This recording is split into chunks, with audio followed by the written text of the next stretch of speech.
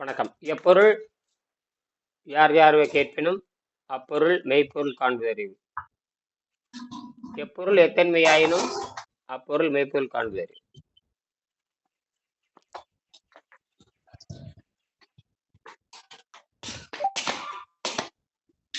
தெரசால் நேற்று உணவில்லாமல் வாழும் பெண்மணிகளை பற்றி நம்ம படித்தோம். அந்த உடம்பில்லாமல் வாழும் பெண்மணிகள் கிட்டத்தட்ட 100 ஆண்டுகளுக்கு முன்னாடியே சரித்திர சாதனை பண்ணியிருக்காங்க. உலகத்துல முதல் உணவில்லாமல் வாழும் கலையை எப்படியோ ஒண்ணு தெரிஞ்சுக்கிட்டாங்க. எப்படியோ ஒண்ணு அவங்க பெண்கள் தான் சாட்சியா இருக்காங்க. ஆண்களே வரலாறு இல்லை. ஆண்கள் வரலாறு அப்படின்னா உட்காருங்க.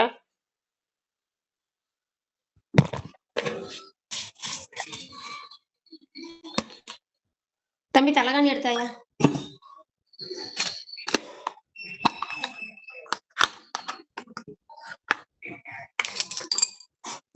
அதாவது பெங்களூர் பத்மா நீங்க பேசலாம். யோகிகளை மட்டும்தான் நாம இருந்தான்னு சொல்றான். திருவள்ளுவர் இருந்தார், திருமூலர் இருந்தான்னு சொல்றான். ஆனால் பெண்களுக்கான சாட்சி எங்கே இருக்குன்னு கேட்டீங்கன்னா 120 வருஷத்துக்கு முன்னாடி பெண்களுக்கான சாட்சி கிடைச்சிருக்கு. அதான் பெரிய விஷயம். அது நேரடியா யோகானந்தர் நமக்கு சாட்சி கொடுத்துருக்காரு. அந்த பரமஹம்ச யோகங்கள் எல்லாம் தெரியுதா? பரமஹம்ச யோகானந்தர் பாருங்க, இதுல இருக்கு. இந்த பரமஹம்ச யோகானந்தால எங்கிட்ட இருக்கு பாருங்க. உணவில்லாமல் பெண்களை பத்தி எங்கிட்ட எல்லாம் இருக்கு. இதுல உணவில்லாமல் வாழும் பெண்கள் பரமஹம்ச யோகானந்தர் இங்க எப்படி இருக்காரு. அந்த 2 பேரும் இங்க இருக்கு. எல்லாம் முழு படம் இங்க இருக்கு. முழு படமும் இங்க இருக்கு. எல்லா விவரம் நம்மகிட்ட இருக்கு. இது பாருங்க, சாட்சி, அந்த புரூலி கிரிபால அம்மையார் அந்த படம் இருக்கு. அப்புறம் தெரசா நியூமான் எல்லாம் இங்க இருக்கு. என்னது சார்? அது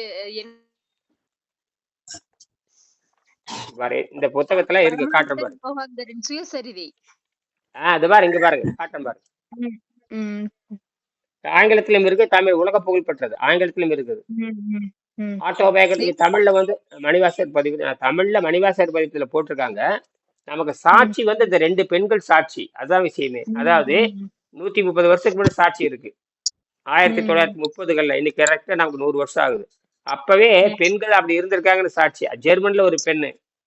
அதுக்கப்புறம் இந்தியாவுல வடக்கு வங்காளத்தில் புருடியா மாவட்டத்தில் பையூருங்கிற இடத்துல அந்த அம்மா பேர் கிரிபால அம்மையார். அப்ப நமக்கு 100 ஆண்டுக்கு முன்னாடி சாட்சி கிடைச்சிருச்சு. ஆனா யாரும் இதை பத்தி தெரியாது. அதை பத்தி அனலைஸ், அதான் இப்படித்தான் வேலை செய்துன்னு கண்டுபிடிச்சவர் வெங்கடேசர். இது கிட்டத்தட்ட பல ஆயிரம் ஆண்டுக்கு அப்புறம். ஆமா, திருமூலர் குகையில், சித்தர்கள் குகையில் இருக்கிறாருங்கிறது உண்மைதான். ஏன்னா அந்த குடும்பத்தை முடிச்சுட்டு தான் அவங்க போறாங்க. குடும்பத்தை முடிச்சுட்டு இயற்கை அப்ப அவங்க மனைவி வேறு கணவன் வேற பிரிஞ்சிருவாங்க, அல்லது கூட்டா இருந்து ஆராய்ச்சி பண்ணுவாங்க. மனைவி தனியா இருந்து முக்தி அடையணும், ஆணும் தனியா இருந்து முக்தி அடையணும். பெரும்பாலும் மனைவிகள் வர்றதில்லை. பெண்கள் நோய் வாய்ப்பட்டு செத்து போயிடுறாங்க.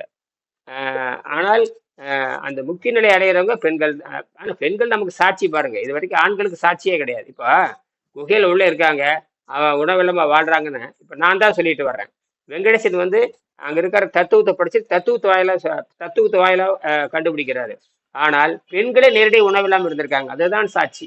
அப்படின்னா எல்லாரும் முடிச்சிருக்கணுமே இல்லையா? 100 ஆண்டுகளுக்கு முன்னாடியே எல்லா மருத்துவம் அவர் ஆராய்ச்சி பண்ணியிருக்கணும். எந்த ஆராய்ச்சி அவன் பண்ண மாட்டானு. இந்த மேற்கு நாட்டு இந்த அறிவே இல்லாத முண்டகள் சொல்றேன் பாருங்க, அவனுக்கு அப்படிதான். கரெக்டா? மதவாதிகள் பூராவே அடிமைகள் தான். மனவாதிகள் எல்லா மதவாதிகளும் 5ஆம் அறிவு தான். எல்லா மதவாதிகளும் 5ஆம் அறிவு தான். மதவாதிகள் 5ஆம் அறிவு தான். விஞ்ஞானிகள் 5ஆம் அறிவு தான். எல்லாம் இப்ப இந்தியாவில இருக்கிற, உலகத்துல இருக்கிற 800 கோடி பேர் அத்தனை பேர் 5ஆம் அறிவு தான். 6ஆம் அறிவே பகுத்தறிவு பயன்படுத்தும். நாம தான் பகுத்தறிவு பயன்படுத்துறோம். நீங்க கேள்வி கேட்கணும். ஒன்னா என்னைய கேள்வி கேட்கணும், அல்லது புத்தகத்தை கேள்வி கேட்கணும். கண்டுபிடிச்சு கொடுத்துட்டு போறான் பாருங்க, அதான் முக்கியம். கண்டுபிடிச்சு குடிச்சிட்டு போறான் பாரு. கண்டுபிடிச்சு கொடுத்து தத்துவத்தை கொடுத்து அவன் நம்மளை நடைமுறைப்படுத்த சொல்லிட்டு அவன் போயிட்டான்.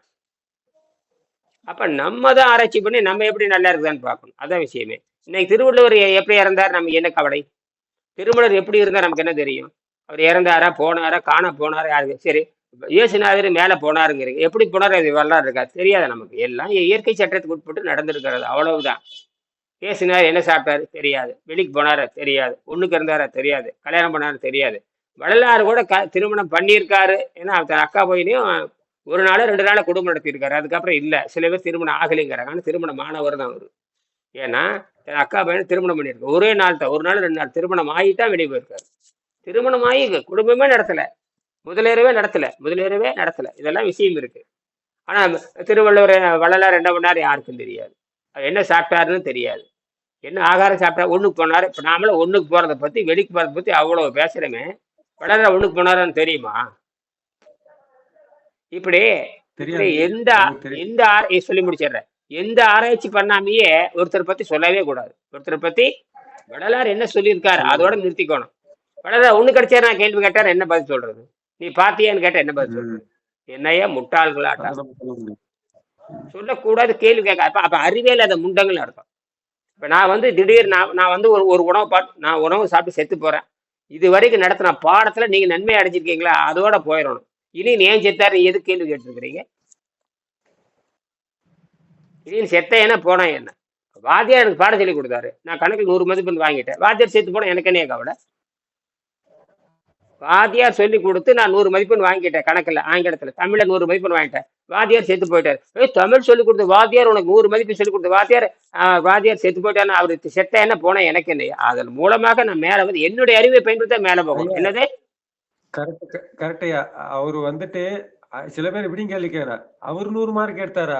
எனக்கு அது தேவையில்லைல்ல. உனக்கு வந்து சொல்லி கொடுத்தாரா, நீ கத்துக்கோ. அதுல ம். என்ன நீ செக் பண்ணு, ஆர்என்டி. அதுதான் வந்து உண்மையான இந்த அறிவு. நோக்கம் கரெக்டா இருக்கும். அதுதான் அறிவு. ப்ராஜெக்ட். அதுதான் அதுதான் உண்மை. பத்தாது. அதுல என்ன பண்ணா உன்னால என்ன ஆர்என்டி கரெக்டா உண்மையா நீ ரிசர்ச் பண்ணு. அது தெரியாம அவர் குற்றம் சொல்றது, அவர் பேக் போய் பார்க்கறது, அது நமக்கு தேவையில்லை. அது உனக்கு தேவையில்லையே. தேவையில்லை. அதே மாதிரிதான் யோகானந்தரும் அப்படித்தான். யோகானந்தர் உணவில்லை. அப்ப இவருக்கு உணவில்லாமல் வாழ தெரியாது. யாருக்கு? யோகானந்தருக்கும் உணவில்லாமல் வாழ தெரியாது. ஏன்னா அவர் உணவில்லாமல் வாழுகின்ற ம். பெண்களை போய் சந்திக்கிறார். அப்ப இவருக்கு உணவில்லாமல் இவர்கிட்ட போய் நோய் எப்படி தீர்ப்பீங்க?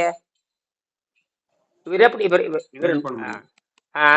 இப்ப இனியன் மட்டும்தான் நோய் வெங்கடேசன் யாரையும் குணமாக்கினால் வரலாறே கிடையாது. வெங்கடேசன் ம். உணவில்லாமல் வாழும் உணவில்லாமல் வாழும் கலை உலகத்தில் முதல் துணிச்சலாக அறிமுகப்படுத்திய வெங்கடேசன் வெங்கடேசன் எனக்கு நேரடி எதுவும் சொல்லித் தரல. புத்தகத்தை கொடுத்தாரு, விளக்கம் சொன்னார். 15 வருஷம் விளக்கம் சொல்லுவாரு. அது உணவில்லாமல் வாழும் கலை பேசவே மாட்டாருங்க. அதோட சரி புத்தகத்தை வாங்கவே போவேன். அறிவியலை பத்தி தான் பேசுவேன். மின்சாரத்தை எப்படி உற்பத்தி பண்ணணும், விண்வெளியில குடியேறது எப்படி, அதை பத்தி பேசுவேன் தவிர 950 விழுக்காடு வெளியிருந்து ஆற்றல் எடுக்கிறது எப்படி, கருவிகள் எப்படி சமைப்பது, மெக்கானிக்கல் இன்ஜினியரிங் எப்படி, நான் வந்து கிட்டத்தட்ட அவர் சொன்னதை மட்டும் 100க்கு மேற்பட்ட மிஷின் நான் செஞ்சிருக்கேன் ஒர்க் ஷாப்ல. எனக்கு வெல்டிங் தெரியாது, ஒர்க் ஷாப் தெரியாது, ட்ரில்லிங் தெரியும், எதுவுமே தெரியாது எனக்கு. நானே ஒர்க் ஷாப்பை நண்பராக்கி எனக்கு தெரிஞ்சு ஒர்க் ஷாப்ல உட்காந்து நானே பட்டறை அடிச்சு நானே பண்ணி பண்ணி பண்ணி பண்ணி பண்ணி பண்ணி 50க்கு மேற்பட்ட கருவிகளை செஞ்சு செஞ்சு செஞ்சு ஒரு 15 ஆண்டு 20 ஆண்டு போராடி கடைசியில தான் நானே உற்பத்தி.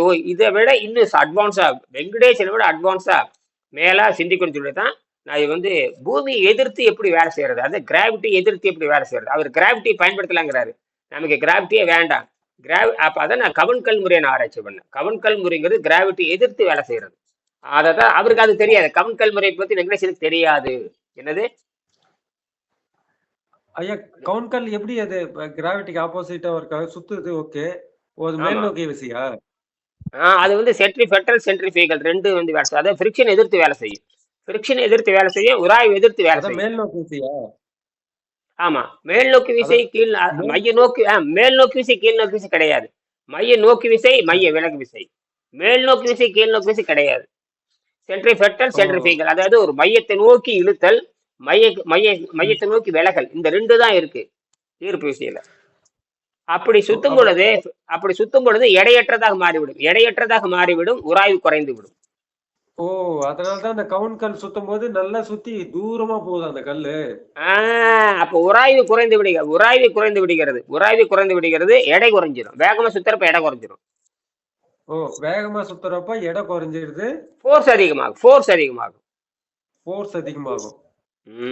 இது இயற்கையில் இருக்கிற தன்மை. இது வந்து இது வெங்கடேசனுக்கு தெரியாது, இது வெங்கடேசனுக்கு புரியாது. நான் புரிஞ்சுக்கிட்டேன். வெங்கடேசன் ஃப்ரீ ஃபால் சொன்னாரு. ஃப்ரீ ஃபால்னா மேல இருந்து கீழே போடுறது. மேல இருந்து கீழே போட்டீங்கன்னா 10 மடங்கு வேகத்துல கீழே விழுக்கும். அந்த ஃப்ரீ ஃபாலை வைத்துக் கொண்டு மிஷின் தயாரிச்சாரு. அது கருத்து சரிதான், ஆனா வந்து மிஷின் அதை சக்சஸ் பண்ண முடியல. என்னால நான் செஞ்சு பார்த்தேன், சக்சஸ் பண்ண முடியல. ஆனால் நான் கண்டுபிடிச்சும் பாருங்க, அதை வச்சு சக்சஸ் பண்ணேன். நான் வந்து நேரடியா நான் வந்து தொல்காப்பியத்தில் இருக்கிற கவுன்கல் முறையும், அப்புறம் வந்து தொல்காப்பியத்தில் இருக்கிற கவுன்கல் முறை, சிலப்பதிகாரத்துல போர்க்கருவிகள், சிலப்பதிகாரத்துல நிறைய என்ஜினியரிங் டூல் இருக்குது. அந்த போர்க்கருவிகள் அதிலிருந்து, அப்புறம் மலைபடு கடாம்ல வந்து சொல்லப்படுகின்ற அந்த கவுன்கல் விசை, புறநாற்று சொல்லக்கூடிய குறிஞ்சி திணையில் பயன்படுத்துகின்ற இது இந்த கவன்கல் முறை வந்து எல்லா இலக்கியத்திலும் வருதுங்க. உலகத்திலே கவன்கல் முறை அதிகமா பயன்படுத்தி இவங்க தான், தமிழர்கள் தான். தொல்காப்பியத்துல வருது. தொல்காப்பியத்துல நெம்புகோல் விசை வருங்க. தொல்காப்பியல நெம்புகோல் விசை வரும். நெம்புகோல்ல என்ன தெரியுங்களா? எண்ணெய் செக்கு 10,000 ஆண்டுக்குள்ள எண்ணெய் செக்கு எப்படி தயாரிக்க அந்த விஷயம் இருக்கு. எண்ணெய் செக்குன்னு எப்படி தெரியுமா? வெளியே மாடு சுத்திட்டு இருக்கும், நீட்ட நெம்புகோல் இருக்கும், மேல எல்லாம் இருக்கும். அந்த நெம்புகோல் விசையில வச்சு ஃபிரிக்ஷன் குறைப்பாங்க. நெம்புகோல் எந்த அளவுக்கு நீளமா இருக்கோ அந்த அளவுக்கு ஃபிரிக்ஷன் குறையும். நெம்புகோல் எந்த அளவுக்கு நீளமா, ஓரளவுக்கு குறிப்பிட்ட அளவு வரைக்கும் நெம்புகோல் நீளமா இருக்கணும். ரொம்ப குட்டையா இருந்தாலும் எனர்ஜி லாஸ் ஆகும். ரொம்ப வளர்த்தியா, இப்போ கடப்பாரி விட்டு நம்புறீங்கன்னா, ரொம்ப பலத்தையான கடப்பாரி விட்டு கடப்பாறை தான் விளையும் ஒரு பொருளை தூக்காது. குட்டையா இருந்தாலும் அமுத்த முடியாது. அந்த நடுத்தரமா இருந்து அமுத்தணும். மீடியம் நடுத்தரமா இருந்து அமுத்தினாத்தான் ஒரு கடப்பாரை வச்சு 100 கிலோ எடை தூக்க முடியும். அதே வளர்த்தி கடப்பாரை 1 கிலோமீட்டர் கடப்பாரை வச்சு நீட்டிங்கன்னா என்ன ஆகும்? அமுத்த முடியாது, எனர்ஜி லாஸ் ஆகும். அப்ப அந்த டெம்பர் குறையாம பார்க்கணும். இந்த டெம்பரே குறையக்கூடாது. என்னது இதெல்லாம்? அந்த டெம்பர் ரிஜிடா இருக்கணும். இதெல்லாம் கவுன்கல் முறை. ஆகா, முடிஞ்சு போச்சு. சரி, அப்ப நெம்பு அந்த லிவர் வந்து வளையக்கூடாது. லிவர் வளைஞ்சதுன்னா எனர்ஜி லாஸ். அப்ப இந்த கடப்பாறை வந்து எப்ப ஹைபிட் ஸ்டீலா இருக்கும். கடப்பாறை இருக்கு பாத்தீங்களா, வளையாத ஹைபிட் ஸ்டீலா இருக்கும். அப்ப ஹைபிட் டெம்பர், இந்த டெம்பர் இருந்தா தூக்க முடியும். கடப்பாறை நம்புறப்ப கடப்பாறை டங்குன்னு உடையலாமே தவிர கடப்பாறை வளையக்கூடாது. கடப்பாறை வளைஞ்சதுன்னா எனர்ஜி லாஸ். அப்ப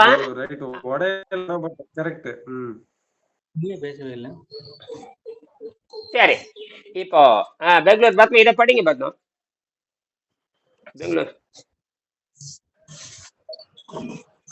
பெங்களூர் பத்மா இதை படிங்க சார். நான் வெளியே இருக்கேன் சார். சரி, பரமேஸ்வரி படிங்க. இதையா படிக்க முடியுமா பரமேஸ்வரி? ஐயா எத்தனாம் பக்கம்? எத்தனாம் பக்கம் பாருங்க, சொல்லுங்க ஐயா. இது வரைக்கும் படிச்சோம் இல்லையா? கிரிபால அம்மையார் வரைக்கும் படிங்க. கிரிபால அம்மையார் நீங்க 43ஆம் பக்கம் மேல பாருங்க. 43ஆம் பக்கம்.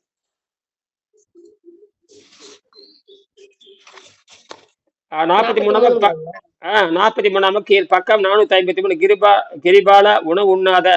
கிரிபால உணவுண்ணாத பெண் யோகினி, இந்தியாவில் வடக்கு வங்காளத்தில். அதை மட்டும் அப்படி படிச்சுட்டு வாங்க. அதை படிச்சோம்னா இந்த வகுப்பு முடியுது. ஐயா இது எத்தனாவது பாரா? 1 2 41 எடுங்க. 41ங்களா ஐயா? 43 சொன்னீங்க. 43 41ங்களா ஐயா? 41 அப்படியே படிங்க. கீழே பாருங்க, 41 கீழே பாருங்க. பக்கம் 41 போட்டு அந்த பக்கத்துல கிரிபாலா உணவில்லாத பெண் யோகினி, இந்தியாவில் வடக்கு வங்காளத்தில். படிக்கிறேங்க ஐயா. பக்கம் 453. கிரிபாலா உணவு உண்ணாத பெண் யோகினி, இந்தியாவில் வடக்கு வங்காளத்தில் புருவியா என்ற ஊரில் அருகே உள்ள பயூர் என்ற கிராமத்தில் வாழ்ந்த சுமார் 70 வயதான அம்மையார் தனது 12வது வயதிலிருந்து உண்ணாமல் வாழ்ந்தவரை ஆசிரியர் சந்தித்து எழுதுகிறார். மே 5 1936. கிரிபாலா அம்மையார் பேசுகிறார். எனக்கு குழந்தைகள் கிடையாது. பல வருடங்களுக்கு முன்பே நான் விதவையாகிவிட்டேன். நான் தூங்குவது மிகவும் குறைவு. எனக்கு தூங்குவதும் விழித்திருப்பதும் ஒன்றுதான். நான் பகலில் வீட்டு வேலைகளில் கவனித்துவிட்டு இரவில் தியானம் செய்கிறேன். பருவங்கள் மாறும்போது அந்த மாறுதலை நான் சிறிதளவு உணர்கிறேன். எனக்கு நோய் வந்தது கிடையாது. எப்போதாவது சிறிது விபத்து எனக்கு நடந்தால் அதை ஓரளவு உணர்கிறேன். எனக்கு மலஜல விசர்ஜனம் கிடையாது. நான் என் இதய துடிப்பையும் மூச்சையும் கட்டுப்படுத்த முடியும். என் ஞான பார்வையில் சில சமயம் நான் என் குருவையும் மற்ற ஞானிகளையும் பார்க்கிறேன். ஆசிரியர்: அம்மா, நீங்கள் மற்றவர்களுக்கு இந்த உண்ணாமல் வாழும் கலையை ஏன் கற்றுக் கொடுக்க கூடாது?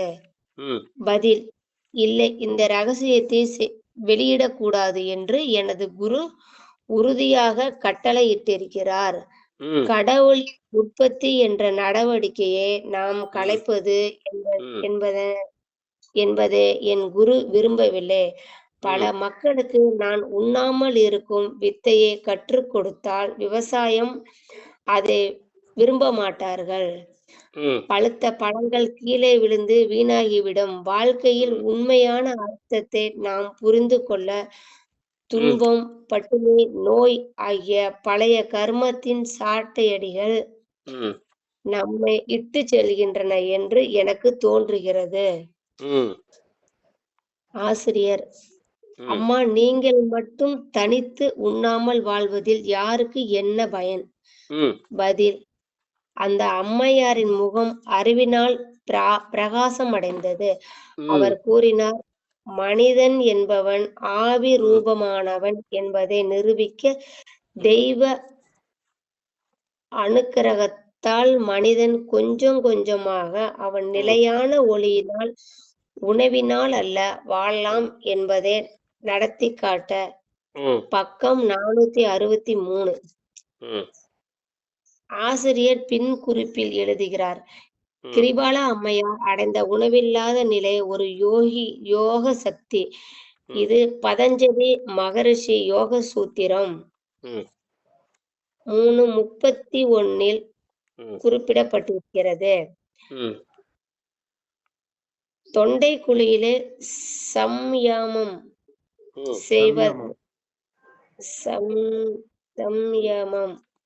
செய்வதனாலே பசி தாகம் அடங்குகின்றது. இதான் உண்மை. சரி, இந்த புத்தகத்துல பாருங்க, இத 453 பக்கத்துல வெங்கடேசன் சொல்றது இங்க இருக்கு. அதே மாதிரி தெரசா நியூமான் இங்கிலீஷ்லயும் இருக்கு. இதுல பாருங்க, இங்கிலீஷ்லயும் வச்சிருக்கேன், அப்புறம் தமிழ்லயும் வச்சிருக்கேன். பாருங்க, தமிழ் ஆதாரம் இருக்கு, ஆங்கிலம், இங்கிலீஷ், இது தமிழ். புக் எங்ககிட்ட இல்லைங்கய்யா. அது உங்களுக்கு தேவையில்லை. அது உங்களுக்கு தேவையில்லை. அது உங்களுக்கு தேவையில்லை. இது ஏங்க, இது ஆராய்ச்சி குறிப்புக்காக காட்டுறது. இந்த புத்தகத்துல யாரு படிச்சேன்? வெங்கடேசன் புத்தகம் தான் ஃபைனல். அதை படிக்கல அளவுக்கு நீங்க இந்த புத்தகத்தை படிச்சு ஒரு அளவும் புரியாது. இதெல்லாம் ஆராய்ச்சிக்காக எடுக்கப்பட்டது. என்னது?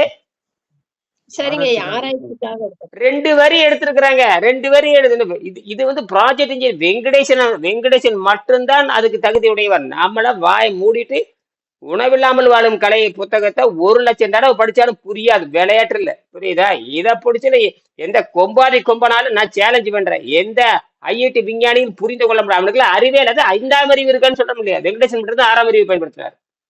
உலகத்துல வெங்கடேசன் மட்டும்தான் 6ஆம் அறிவை பயன்படுத்தினார். என்னது? வெங்கடேசன் மட்டும்தான் 6ஆம் அறிவை பயன்படுத்தினார். 2002க்கு அப்புறம் வெங்கடேசன் மட்டும்தான் 6ஆம் அறிவை பயன்படுத்தி நோபல் பரிசு வாங்குங்க, மயிறு வாங்குங்க, மட்டாய் வாங்குங்க. நோயை நீக்கிற அதிகாரம் உலகத்துல எவனுக்கும் கிடையாது. வெங்கடேசனுக்கு மட்டும்தான் இருந்தது. என்னது? வெங்கடேசன் மட்டும்தான் இருக்கு.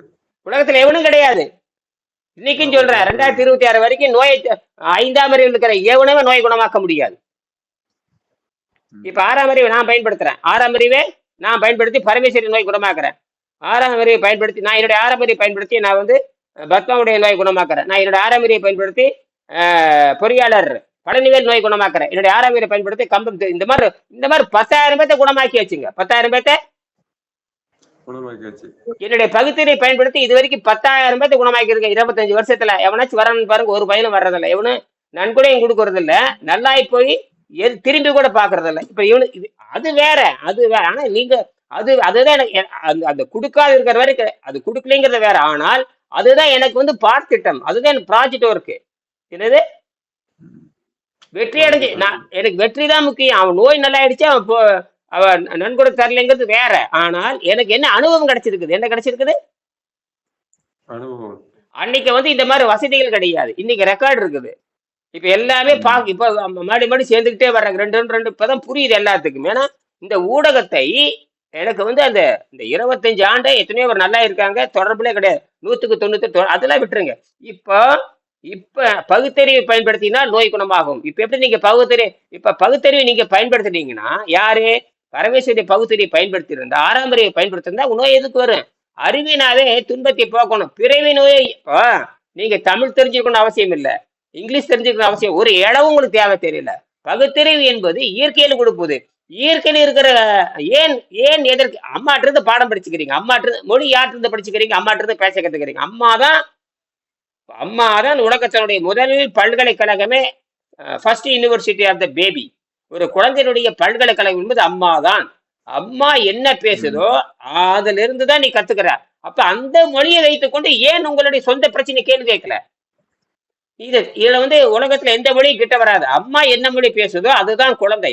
அந்த குழந்தை அந்த அம்மா மொழியிலிருந்து தான் தன்னுடைய பிரச்சனைகளை தீர்வு காண முயற்சிக்க வேண்டும். இதுதான் வள்ளுவர் சொல்றாரு. இதுதான் தமிழ் மெய்யியல் சொல்லுகிறது. பகுத்தறிவு என்பது தமிழ் கிடையாது, பகுத்தறிவு என்பது இங்கிலீஷ் கிடையாது. பகுத்தறிவு என்னங்க? வாட் இஸ் மீன் த பகுத்தறிவு? What is mean by rational knowledge? பகுத்தறிவுனா தமிழான்னு கேட்கிறேன். எவன் சொன்னா? நீ நீ மொழி பேசுறதுனால அது பகுத்தறிவு கிடையாது. அம்மாட்டிருந்து என்ன மொழி கத்துக்கிட்ட? என்னது? அம்மாட்ட இருந்து என்ன மொழி கத்துக்கிட்டா? பரமேஸ்வரி, உங்க அம்மாட்டிருந்து என்ன மொழி கத்துக்கிட்டீங்க? என்ன மொழி பேச கத்துக்கிட்டீங்க?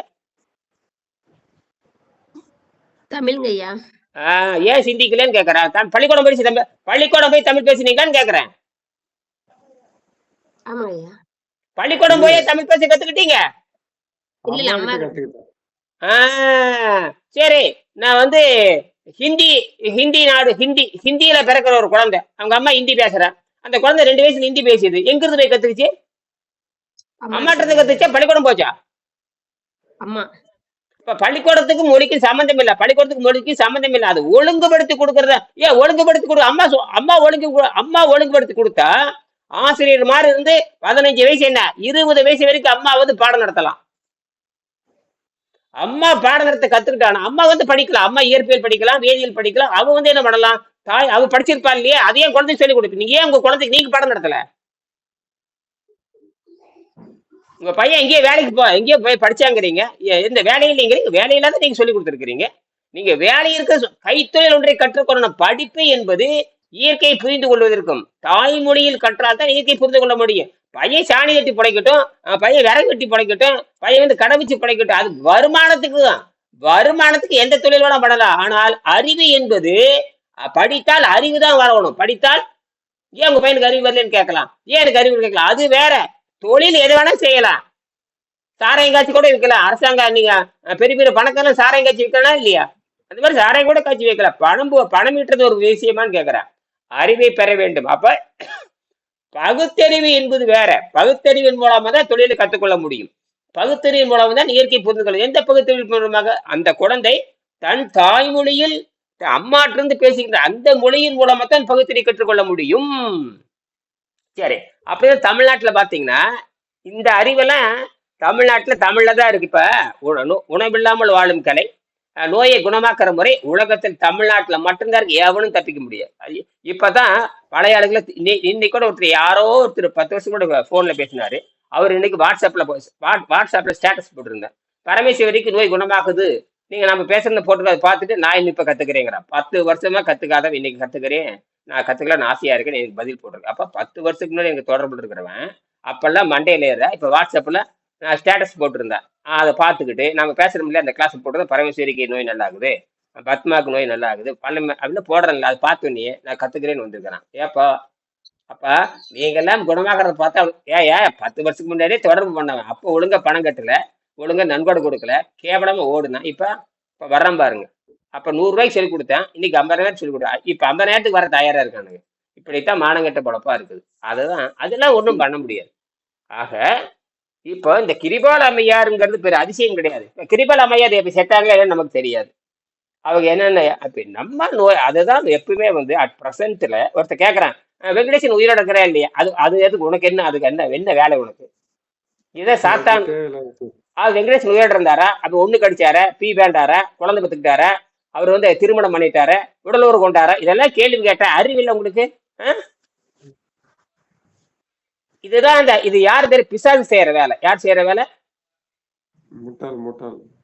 இப்படி எல்லாம் கமெண்ட்ஸ் வரும். என்னைக்காவது ஒரு கமெண்ட், நேத்து கூட ஒரு கமெண்ட்ஸ் பார்த்தேன். அவர் எப்படி இருக்கிறார், மூடிட்டுறா பரதேசி, நீ எப்படி பீ பண்ணிட்டு இருக்கிற அறிவுட்ட முண்டவன்? அறிவு வேண்டாம் உனக்கு, பகுத்தறிவு உனக்கு இருக்காடா? முதல் பகுத்தறிவு இருக்கிறவன் என்னை கேள்வி கேட்டா எங்கிட்ட வாங்க, இப்படி கேட்கறேன், எங்கிட்ட வர சொல்லுங்க பார்க்கலாம். அடிப்பேன், காலில் கழட்டி எடுத்து அடிப்பேன், காலில் இருக்கிறத கழட்டி அடிப்பேன். புரியுதுங்களா? அறிவுங்கிறது என்னன்னு கேட்டீங்கன்னா, பகுத்தறிவு. உங்க அம்மாட்ட பேசுற மொழி இருக்கு, அதை வைத்து கூட நோயை குணமாக கற்றுக்கொள்ளும். உங்க அம்மாட்ட என்னடா கத்துக்கிட்ட நீ? அறிவுட்ட முண்டங்கள். அப்ப அம்மாட்ட இருந்து என்ன இருக்கிற முண்டங்கள் போல தாய்மொழியில படிக்காத முண்டங்கள், தற்கொலை முண்டங்களை, அம்மாவை கேவலப்படுத்துற முண்டங்கள், அம்மா மொழியை கேவலப்படுத்துற முண்டங்களுக்கு என்னடா எப்படி ஆரோக்கியம் வரும்? சரி, இந்தியாவில் ஒருத்தராவது ஆரோக்கியமா இருக்காங்க. சரி, உலக புகழ்பெற்ற, இந்தியாவில் புகழ்பெற்ற டாக்டர் செரியன் மாற்று இதய அறுவை சிகிச்சையில இந்தியாவில் புகழ்பெற்றவர். பாரத ஏதோ பத்மஸ்ரீ அவார்டு என்னமோ என்னமோ அளவு வாங்கினாரு. அவரு அவரு இதய மாற்று அறுவை சிகிச்சை பண்ணல இந்தியாவில அவர் தான் முதல் பண்ணார். அமெரிக்கா முதல் இங்கே பண்ணாங்க. ஆனா இந்தியாவில மாற்று அறுவை சிகிச்சை பண்ணி ஒரு எவனா ஒருத்தரை காப்பாத்தினாரு. அந்த ஆளே 6 மாசத்துக்கு முன்னாடி மாரடைப்புல செத்து போனான். அப்புறம் அவனை என்ன பண்ண போறீங்க நீங்க? அவனை போய் கேள்வி கேட்கறது. செரியன் வந்து ஹார்ட் ஸ்பெஷலிஸ்ட். அவர் தான் வந்து டிரான்ஸ்பிளான்ட் பண்ணாரு ஹார்ட்டை. அவரை போய் கேளுங்களாம் போய், அறிவட்ட முண்டங்களா. அந்த அந்த பகுத்தறிவு இல்லாத ஜென்மங்கள். பகுத்தறிவே கண்டுபிடிச்சு கொடுக்குறானா, கண்டுபிடிச்சு கொடுத்துட்டு அவன் செத்தா நமக்கு என்ன? கண்டுபிடிச்சு கொத்தனார் வந்து செத்து போயிடாரு, உன் வீடு நிக்குதே இல்லையா, அதான் வேலை. கட்டணம் கட்ட இன்ஜினியர் செத்து போயிடாரு, ஏன் உன் வீடு நிக்குதான்னு பாரு. என்னது? அதுதான் விஞ்ஞானம். சரியா? எதுக்கு சொல்றேன்னா, அப்படின்னா இருப்பானுங்க, இது ஒண்ணுமே தெரியாத மாதிரி கேட்கறது காட்டு முண்டங்கள். இப்படி இதுதான் வந்து கீழான அறிவுன்னு பேரு. தமிழர்கள் வந்து எவ்வளவு கேவலமா நடந்திருக்காங்க பாருங்க. தமிழர்களுக்கு இருக்கிற ஒரு மானகட்ட படப்பு. ஒரு கலையை இழிவுபடுத்துறதுல தமிழர்கள் மாதிரி யாரும் கிடையாது. ஒரு கலையை மேன்மைப்படுத்துறதுல தமிழர்கள் மாதிரி யாரும் கிடையாது. தமிழர்கள் கலையை மேன்மை கொண்டு போனாங்க. கீழறிவு இருக்கிறவன் பாருங்க, இந்த கீழ் புத்தி இருக்கிறவன், இந்த 5ஆம் அறிவு இருக்கிறவன் தான் தமிழ் மொழியில் இருக்கிற கலையை கேவலப்படுத்துவான். மேலறிவு இருக்கிறவன் தமிழ் மொழி இருக்கிற கலையை மேல கொண்டுட்டு போவான். அதுல சிலர் தான் முடியும். அதனாலதான் டாக்டர் மகாலிங்கம் வர்றாரு. டாக்டர் மகாலிங்கம் மட்டும் இல்லை, மிகப்பெரிய தொழிலதிபர். அவர் பகுத்தறிவை பயன்படுத்தியிருக்காரு. பகுத்தறிவை பயன்படுத்தி இந்த புத்தகத்தை வெளியே கொண்டு வந்து தமிழ் மக்கள் உணர வேண்டும்னு எழுதியிருக்காரு. எங்க எவனாச்சும் இந்தியாவில தமிழ்நாடு எத்தனை கோடி கணக்கில் பணம் வச்சிருக்கான், எவனாச்சும் இந்த புத்தகத்தை வாங்கி அன்பளிப்பா 1 கோடி புத்தகத்தை அச்சடிச்சு கொடுக்கணும் என்ன வருதான்னு பாருங்க, எவனுக்கும் வராது. அதை தான் அந்த கீழான புத்தி. எத்தனை மிந்திரிகள் இப்ப தமிழ்நாட்டுல ஸ்டாலினுக்கு இல்லாத பணம் அந்த பல லட்சம் கோடி பணம் வச்சிருக்கிறான். இந்த புத்தகத்தை அவங்க அச்சடிச்சு அவன் சொந்த சொத்துல பணத்தை கொடுக்க வேண்டியது, இந்த புத்தகத்தை அச்சடிச்சு கொடுக்க வேண்டியதானே, கொடுக்க மாட்டானு. ஒரு மகாலிங்கத்துக்கு இருக்கிற மானரோச அறிவு கட்சிக்காரனு கிடையாது. எவன் ஊர்லயே இந்த புத்தகத்துல எத்தனை பேர்த்து கட்சிக்காரனு கொடுத்துருக்கிறேன். எவனுக்கு அது ரோசம் இருக்கான்னு பாருங்க, ஒரு மயிரண்டிக்கு ரோசம் வராது. நான் அவ்வளவு பேசுவேன். என்னடா உங்க கட்சியும் வெங்காயம், இந்த புத்தகத்தை வந்து அச்சடிச்சு எல்லாத்துக்கும் கொடுக்க வேண்டியது, ரேஷன் கடையில் போற அன்பளிப்பா கொடுக்க வேண்டியதானே, அதெல்லாம் கொடுக்க மாட்டீங்களா? காரணம் அந்த நுகர்வு, அந்த பணம் வாங்குவதற்காகவே போதைப் பொருளை கொடுத்தே உணவுங்கிற போதைப் பொருளை கொடுத்து உண்மையாலுமே அரிசி, ரேஷன் கடையில் போடக்கூடிய அரிசியும் சர்க்கரையும் போதைப் பொருள் என்று புரிந்து கொள்ள வேண்டும். எப்ப நீ அரிசி திங்கறையோ மகனை நீ செத்த, எப்ப நீ சக்கரை தண்ணியை நீ செத்த, அதை போட்டு உன்னை சாவடிக்கிறதா வேலை. புரியுதா? யாரும் சரி ரேஷன் கடையில் அரிசி வாங்கி தரவங்களுக்கா நோய் வராம இருக்கா? ரேஷன் கடையில் சக்கரை வாங்கி தரவங்களுக்கு நோய் வராம இருக்கான்னு கேட்டு பாருங்க. எல்லாத்துக்கும் நோய் வருதா இல்லையா?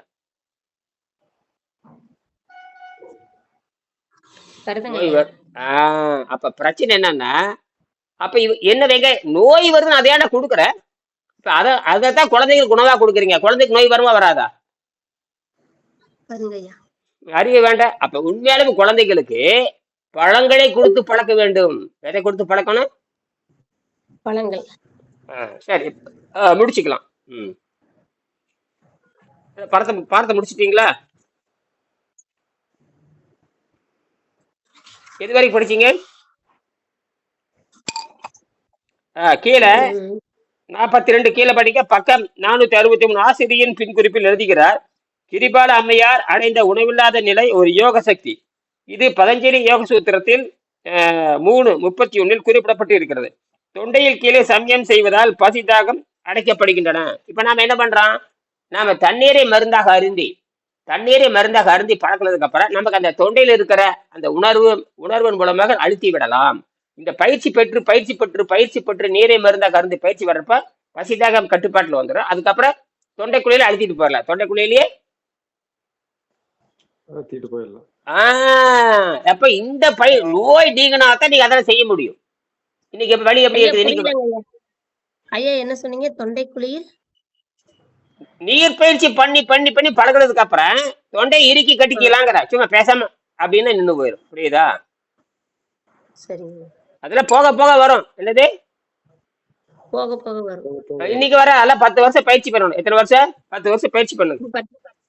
சரிங்க ஐயா. 12 வருஷம் சொன்னபடி கேட்கணும். 12 ஆண்டு தொடர்பில் இருக்கணும்.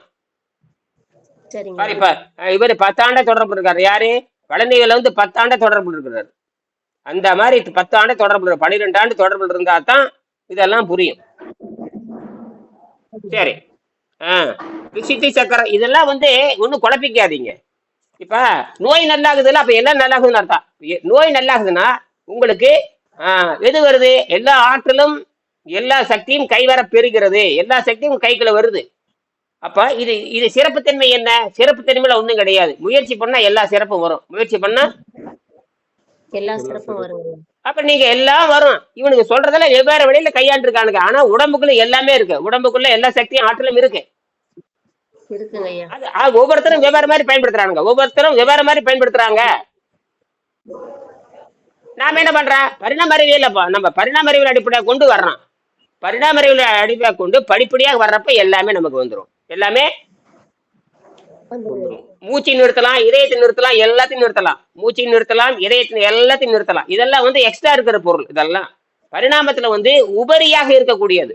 இறப்பை வந்து உபரியா இருக்குது, ஒட்டுக்குடல் உபரியா இருக்குது, பசிதாகம் உபரியா இருக்குது. எல்லாம் உபரி தான். இதயம் உபரி, நுரையீரல் எல்லாம் உபரி தான். எல்லாம் எக்ஸ்ட்ரா பண்டங்கள் தான். அது விடுதலைக்கு வரவே வராது. அதை நம்ம என்ன வேணா இதயத்தை மூச்சு பயிற்சி பண்ணா இதய சுவாசத்தை கட்டுப்படுத்தலாம். மூச்சு பயிற்சி பண்ணா நுரையீரலுடைய கட்டுப்படுத்தலாம்.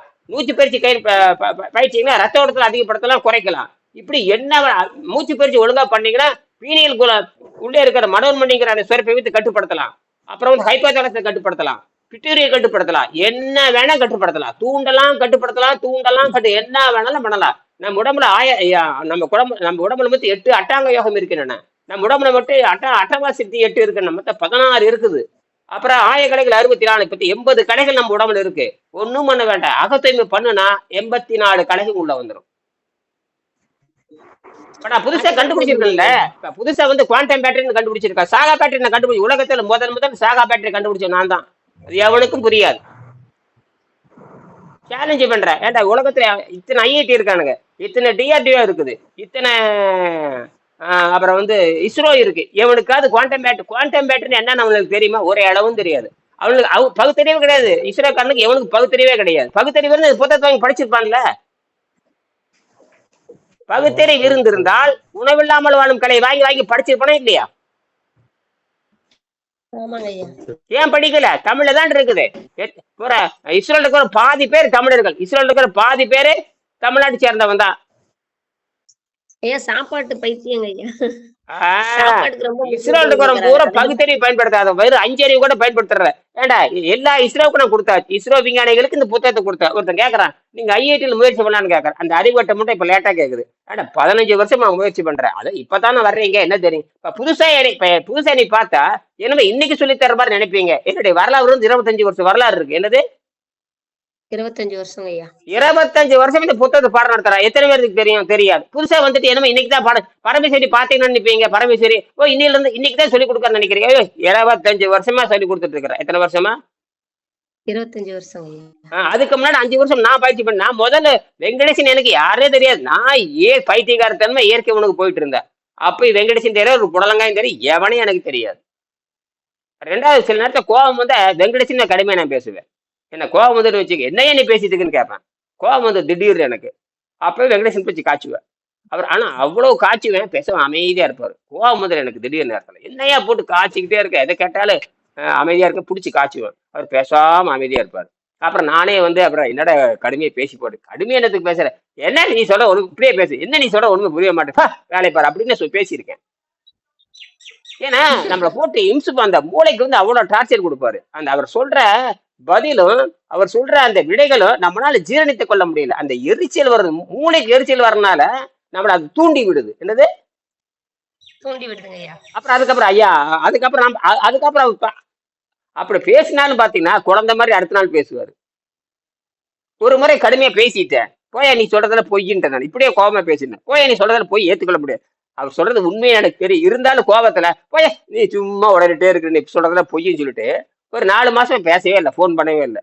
திடீர்னு ஒரு நாள் வந்து ஃபோன் பண்ணி அப்புறம் அது செஞ்சியான்னு கேட்கறாரு. என்னமோ நேத்து தான் பேசுற மாதிரி. அப்புறம் அதை நீ செஞ்சு பார்க்கலையான்னு கேட்கறாரு. எனக்கு ஆச்சரியமா இருந்தது. என்னடா இருந்தாலும் கோவமே வராது அப்படின்னு. அது நிச்சயமா கோவமே வராது. அப்பேற்பட்ட மனிதர் தான் வெங்கடேசன். இப்ப புரியுதா? அப்ப நீங்க எனக்கு நானும் கோவப்படுவேன். ஆனா இறங்கி வந்துட்டீங்கன்னா நான் என்ன கோபம் வரணும், அது மறந்துடணும். கோபம் வர வேண்டும். அடுத்த வினாடி அந்த கோபம் வந்து மறைந்து விட வேண்டும். கோபம் வரணும். வள்ளுவர் சொல்லுவாரு. பழமொழி சொல்லு, புறநானூறு நினைக்கிறேன். அதாவது நீர்கிளிய வடுபோல், நீர்கிளிய வடுபோல் சான்றோர்கள் வெகுளி அப்படின்னு ஒரு பாடல் வரும். அதாவது சான்றோர்களுடைய கோபம் என்பது தண்ணீர்ல கோடு கிழித்தால் எப்பொழுது உடனே மறைந்து விடுகிறதோ அதே மாதிரி சான்றோர் சினம்பர். நீர்கிளிய வடு எய்திய போல் மறைந்து ஒழுக்கும் சான்றோர் வெகுளி, சான்றோர் சினம்னு வரும். சான்றோர்கள் சினத்தை வந்து மனதில் வைத்துக் கொள்ள மாட்டார்கள். அவர்கள் எப்படி தண்ணியில கோடு போட்டீங்கன்னா தண்ணியில கோடு போடவே முடியாது, கோடு மாதிரி தெரியும், உடனே கூடிடும். அந்த மாதிரி எல்லாம் இருக்கு. சரி, முடிச்சுக்கிறேன். சரி, விசுத்தி சக்கரத்தை ஒரு விதமாக மூச்சு பயிற்சியினால் அவர்கள் செயல்புரிய வைக்கிறார்கள். விசுத்தி சக்கரம் முதுகெலும்பில் அமைக்கப்பட்டுள்ள 5வது சக்கரம். முதுகெலும்புன்னு பின்னாடி இருக்கு பார்த்தீங்களா? அதுதான் பின்னாடி இருந்து வரக்கூடியதான். அந்த 7 நிலை அப்படியே உள்ள வந்துடும். கடைசியில மேல மண்டைக்கு மூளைக்குள்ள போயிடும். மூளைக்கு அந்த வரும் 5, அப்புறம் 6, 7 உள்ள போயிடும். அதெல்லாம் எல்லாமே அந்த நாளமில்லா சுரப்பி சொல்றதா. இந்த நாளமில்லா சுரப்பி இருக்குது பாருங்க, மனோன்மணி நம்ம தமிழ்ல சொல்றோம். அது கீழே இருக்கிறது 6. நம்ம 7 சக்கரம் சொல்லியிருக்கோமே தவிர ஆங்கிலத்தில் ஆங்கிலத்தை அவன் பேர் வச்சிருக்கிற, அது விட்டு தள்ளுங்க. இந்த 7வது சக்கரம் தான் அந்த மனோன்மணி, 6வது சக்கரம் தான் அந்த ஹைப்போதாலமஸ், 5வது சக்கரம் தான் இந்த பிட்யூரிட்டி. அப்படியே வந்துட்டே இருக்கு. இதுக்கு இந்த சக்கரம், அந்த 5 சக்கரம், 1ஆம் சக்கரம், 2ஆம் சக்கரம், 3ஆம் சக்கரம், 4ஆம் சக்கரம், 5வது சக்கரம், 6வது சக்கரம், 7வது சக்கரம் சொல்றான் இல்லையா? அபிசக்தி அப்படின்னு சொல்றாங்க. இதுதான் எல்லாம் அதை நோக்கி தான் குறிக்குது. அப்ப அவன் முதுகிலிருந்து வருதுங்கிறான். எல்லாம் ஒண்ணுதான், எல்லாமே ஒண்ணுக்கு ஒண்ணு தொடர்புடையது தான். இதை பிடிச்சிங்கன்னா, அதாவது சல்லி வேற பிடிச்சிட்டீங்கன்னா மூளை வேற பிடிச்சிடலாம். சல்லி வேற எங்க இருந்து வருது அதை பாருங்க. சல்லி வேற எங்க போய் சேருது? மூலத்தில் சேருது. அப்படியே மூலத்தை நோக்கி போங்க, நேர மூளைக்கு போகும். மூளைக்கு போக உள்ள பூந்துடும். உள்ள எங்க போயிடும்? மூளைக்கு அடியில பாருங்க, மூளைக்கு அடியில தான் எல்லாம் உட்காந்துருக்குது. மூளை தனியா செயல்படும், இந்த நாளமுல்லா சுரப்பி தனியா செயல்படும். ஆச்சரியமா இருக்கு. மூளை தனி, நாளமுல்லா சுரப்பி தனி. இதுதான் விஷயம். இந்த நாளமுல்லா சுரப்பி தான் மரணத்தை உண்டாக்குறது, அப்புறம் தொலை தூரத்தை கண்டுபிடிக்கிறது, உணர்வுகளை அதிகப்படுத்துறது, 50 கிலோமீட்டருக்கு அப்பால 50 மீட்டருக்கு அப்பால வரக்கூடிய ஆள்களை புரிஞ்சுக்கிறது. இதெல்லாம் வந்து அது செய்யும். எப்படி ஒரு சென்சார் என்ன பண்ணுது? ஒரு சென்சார் ஒன்றும் இல்லைங்க, மனுஷன் கண்டுபிடிச்ச சென்சார் எங்கேயோ வர 100 கிலோமீட்டருக்கு அப்பால வர விமானத்தை ரேடார் கண்டுபிடிக்குது. என்னமோ ஒரு பொருள், என்னமோ ஒரு ஆப்ஜெக்ட் அங்க போகுது அப்படின்னு கண்டுபிடிக்குது. இதெல்லாம் வந்து கண்டுபிடிக்கிற மாதிரி தான் நம்ம உடம்பும் அப்படி சுத்தமாக 10 அடி, 20 அடி, 50 அடி, 100 அடிக்கு அப்பால் இருக்கிறதுல கண்டுபிடிக்க முடியுங்கிறத இயற்கை. இதுல அதிசயம்லாம் கிடையாது.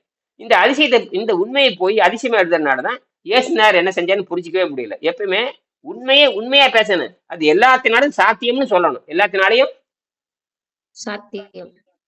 எப்படி உங்க நோய் நல்லா ஆயிட்டு இருக்குது? சாத்தியம் தானே. இன்னைக்கு எப்படி நோய்? இன்னைக்கு எப்படி இருக்கு? இப்ப நடந்து போறீங்க, நடந்து போன மிஞ்சில சோர்வா இருக்கு. இப்ப எப்படி இருக்கு? இன்னைக்கு கொஞ்சம் பரவாயில்லைங்க ஐயா. காலையில 3 மணிக்கே நான் எந்திரிச்சிட்டு 3:30ல இருந்து 5 வரைக்கும் உட்காந்துருந்தேங்க ஐயா. 3ல இருந்து 5 வரைக்கும் சொல்லுங்க. தியானம் பண்ணேங்க ஐயா. உட்காந்து வலி இல்ல, நல்லா இருந்தது. அதுதான் நீங்க பாடைங்க வந்து நான் 5 மணி நேரம் உட்காந்துருக்கும் பொழுது 2 மணி நேரம் நின்னீங்க, அப்புறம் 1 மணி நேரம் உட்காந்துருந்தீங்க. அப்ப கண்ணில் பார்த்தேன்ல, கேட்டேன் ஏன் நிக்கிறீங்க கேட்ட வலி நீங்க. அதான உண்மை. அப்ப இந்த வலி எங்க இருந்து போகுது? அகத்துவம் உள்ளே இருக்கிற உள்ளுறுப்புகளை, அதுல படிந்திருக்கிற நச்சு பொருளை, கொழுப்பையும், அதிகப்படியா இருக்கிற கொழுப்பு, அதிகப்படியா இருக்கிற உப்பு, அதிகப்படியா இருக்கிற அமிலம், அதிகப்படியா இருக்கிற அமிலம் தான் போகணும். உண்மையான அமிலம் இருக்கணும். அதிகப்படியா உப்பு தான் வெளியே போகணும். உண்மையான உப்பு உள்ளே இருக்கணும். அதிகப்படியான சளி தான் வெளியே போகணும். உண்மையான சளி உள்ள இருக்கணும். எல்லாமே அந்த பூச்சி நிலையில் இருக்கணும். அதிகப்படியா இருக்கிற மட்டும்தான் உங்க உடலை விட்டு நீக்குமே தவிர, இப்ப என் உடம்புல என்னதான் நான் வந்து குறைச்சாலும் என்னோட உடம்பு 59 கிலோக்கு மேல குறையாது. 61, 51, 50, 60, 50, 60, 50, 60, 61 இப்படியே டக்குன்னு போயிட்டே இருக்கு. இப்படித்தான் குறையவே. அதைத்தான் சொல்றேன், குறையாது. ஏன்னா இந்த உடம்பு வெளியிருந்து உறிஞ்சி கொள்கிறது. எப்படி நான் கண்டுபிடிச்சிருக்கேன் அந்த குவாண்டம் பேட்டரி, அது வந்து கிராஃபைட், கார்பன் வச்சிருக்கிறேன். கார்பன் வெளியே ஒட்ட வச்சிருக்காரு. யாருமே கற்பனையே பண்ண முடியாது. ஒரு பேட்டரிக்கு பேட்டரி வந்து இரும்பு பேட்டரி, இரும்புக்கு வெளியே மின்சாரத்திலே கடத்தாத ஒரு பொருள் வச்சிருக்கிறார். அதுதான் கிராஃபைட். மின்சாரத்தை கடத்தவே கடத்தாது. அப்படியே கடத்தினாலும் அறுதியில் கடத்தி வெறும் ரேர் ஒர்ஸ்ட் கண்டக்டர்னு சொல்லுவாங்க. அது ஒரு மண்ணு, ஒரு செம்பு மாதிரி பயங்கர வேகத்துல கடத்தாது. வெள்ளி மாதிரி பயங்கர வேகத்துல மின்சாரம் கடத்தாது. ஒரு மட்ட ரகமான ஒரு மண்ணு ஓடுதான் அந்த கிராஃபைட். அந்த கிராஃபைட்டை வைத்துக் கொண்டு படுபயங்கரமாக வெளிச்சம் தரக்கூடிய விஷயத்தை நான் கண்டுபிடிச்சிருக்கேன். படுபயங்கரமா வெளிச்சம்னா கண்ணை பறிக்கிற வெளிச்சம். அந்த வெளிச்சம் அந்த அளவுக்கு வேகமா அதை கடத்துது. காரணம் அது அது வந்து ஒயர் மூலம் நேரடி தொடர்பு மூலம் அது மின்சாரத்தை தரல. அது வந்து ரேடியோ ஆக்டிவ் மூலம் வேலை செய்யுது. ரேடியோ ஆக்டிவ் பேட்டரி நான் கண்டுபிடிச்சிருக்கேன். அந்த ரேடியோ ஆக்டிவ் மூலமாக இந்த பவர் அதே மாதிரி தான் உங்க உடம்பு கதிர்வீச்சு மூலமாக உடம்பு இயங்கிக்கிறது என்று புரிந்து கொள்ள வேண்டும். சரி, நிறைவு செய்யறேன். சரி, அதாவது தொண்டைக்கு எதிர்ப்புறத்தில் உள்ளது பஞ்சபூதங்களில் 5வது ஆகாசத்தை அல்லது ஈத்தர் பிராண சக்தியை, நமது உடல் செல்கள் உள்ளே இருக்கும் அணு வெளியை, அதாவது என்னன்னா இங்க என்ன சொல்றாரு பாருங்க, இன்ட்ரா ஆட்டமிக் ஸ்பேஸ் சொல்லுவாங்க. அதாவது உள் அணு வெளியை விசுத்தியை சக்கரம் ஆட்சி புரிகிறது. இந்த சக்கரத்தின் மீது தியானம் செய்வது பிராணசக்தியில வாழ உதவி செய்கிறது. உள்ளே இருக்கிற அணுன்னு சொன்னா புரிஞ்சுக்கணும். வெளியே இருக்கிற அணு சொன்னா உள்ளே இருக்குன்னா உள்ளே இருக்கிற இன்ட்ரா அட்டாமிக் பவர் அவருங்கிறாரு. என்ன சொல்றாரு? இன்ட்ரான்னு சொல்ற பாருங்க, இன்ட்ரா அட்டாமிக் ஸ்பேஸ். உள்ளே இருக்கிற அணு வெளின்னு பேரு. இதை போக போக புரிஞ்சுக்கலாம். வெளியே இருக்கிற அணு வெளின்னா வெளியே காற்று கீற்றுல வெளியே இருக்கிற அணு. அதே வெளியே இருக்கிற அணு தான் உள்ளேயும் இருக்கிறது. வெளியே இருக்கிற ஆற்றல் தான் உள்ளேயும் இருக்குது, உள்ளே இருக்கிற ஆற்றல் தான் வெளியுமே இருக்குது. ஆற்றல் எங்கும் நீக்க மாதிரி நிறைந்து, இதான் பாடத்துல படிச்சிருக்கிறோம். ஆற்றல் எங்கேயும் இருக்கிறது. அது வெளியிருந்தும் எடுத்துக்கொள்ளும், உள்ளிருந்தும் பயன்படுத்திக் கொள்ளும். சரியா? இப்ப ஆற்றல் உங்களுக்கு எங்கிருந்து வருது? வெளியிருந்து எடுத்துக்கொள்கிறது. அது உள்ளேயும் இருக்கிறது. இப்ப நம்ம வெளியிருந்து எடுத்துக்கிறது மட்டும் பேசினா போதுமான. அப்ப நைட்ரஜன் புரோட்டீனா மாறுது, ஆக்சிஜன் ஆற்றலா மாறுது, அப்புறம் வந்து ஆர்கான் அது ஆற்றலா மாறுது, கார்பன் ஆற்றலா மாறுது. இதை பற்றி நம்ம 12 மணி அல்லது 1 மணிக்கு விளக்கமா பேசுவோம். 3ஆம் பாடத்தை படிங்க. சரியா? 3ஆம் பாடத்தை படிச்சுட்டு வாங்க, மீண்டும் பேசுவோம். நன்றி ஐயா. எனக்கு வெள்ளரி பிஞ்சு வாங்கி வச்சிருக்கேங்க ஐயா. 12 மணிக்கு 1 மணிக்கு சாப்பிட்டுருங்க. அப்புறம் 1/2 கிலோ சாப்பிடுங்க. வெள்ளரி பிஞ்சு மட்டுமாங்க ஐயா, அது கூட ஏதாவது சேர்க்கணுங்களா? அது எப்படி சாப்பிடுறது? அப்படியே பொடி நறுக்கி வெங்காயம் போட்டு சாப்பிடுங்க, அவ்வளவுதான். சரிங்க. அப்புறம் அவள் கொஞ்சம் மேல போட்டுங்க, அவள் போட்டு பேசுனீங்க. வெள்ளரிக்காய் ஒரு 1/2 கிலோ பொடி நறுக்கு, வெங்காயம் போடுங்க, கொத்தமல்லி போடுங்க, கொத்தமல்லி போட்டுக்குங்க, அவ்வளவுதான். கொத்தமல்லி தூள் நல்லா நறுக்கி போடுங்க. போட்டு கொஞ்சம் அவள் இருக்கு இல்லையா, அவள் போட்டு அப்படியே மேல நல்லா பரட்டி விடுங்க. பரட்டினதுக்கு அப்புறம் ஒரு 5 நிமிஷத்துல நல்லா ஊறிக்கு. ஒரு 1/2 மணி நேரம் கழிச்சு சாப்பிட்டீங்கன்னா வயிறு நிறைய சாப்பிடலாம். 1 மணிக்கு சாப்பிடுங்க. சரியா? வேலை முடிஞ்சு போகும். உப்பு காரம் கம்மியா போட்டுங்க, உப்பு காரம் கம்மியா போட்டு சாப்பிடுங்க, சரியா போகும். சரியா? அப்படி 1 மணிக்கு பேசலாம், மதியம் 1 மணிக்கு பேசலாம். நன்றி. நன்றி.